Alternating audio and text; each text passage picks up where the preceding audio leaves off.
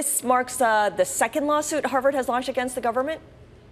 It does. And I mean, this is a significant escalation of the Trump administration's attacks on Harvard and higher education in general. They have not held back in criticizing a number of universities across the U.S., but no one has been harder hit than Harvard. And it's important just to appreciate, just the gravity of what a ban on international student enrollment would mean for Harvard. It's more than a quarter of their student population.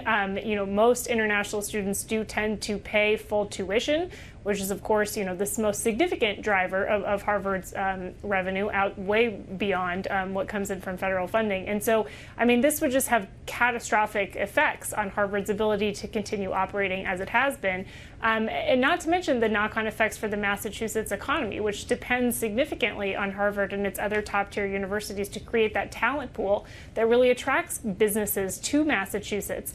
And those students, of course, contribute to the local economy here as well. Absolutely. This is a big, big story for you in Boston. You talk about Harvard and how it and other universities are a magnet for talent from around the world. But Harvard also in the Boston area, in the Cambridge area, it's a huge employer, and it's also a huge landlord for other companies in the city.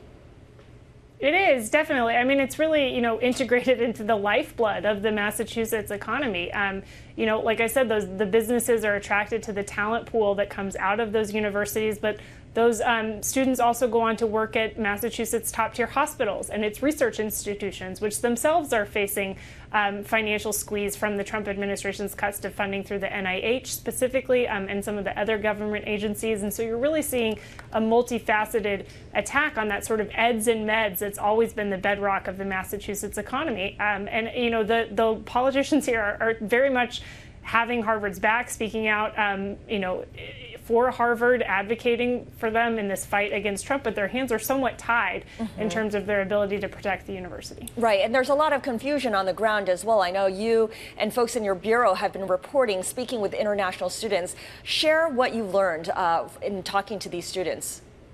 Sure, I think confusion is the word. We talked to a few people who, were traveling at the time that the news came out in a foreign country, and getting off the airplane to find out that this decision had been handed down by the Trump administration. And I think it's really destabilizing if you think about, international students who are returning and trying to figure out whether or not they will be able to do so. It's worth noting that Harvard's commencement is next week. It's on Thursday, and so we will see that those graduating seniors, continue to be able to do so. But I think for the younger students, it's really a question mark right now. And as you mentioned, there was an injunction on this move by the Trump administration, and the question is that enough for some of these foreign students? Do they feel confident enough in Harvard's ability to prevail in this legal fight to continue with their matriculation, or do they try to get ahead of it and look for transfer options?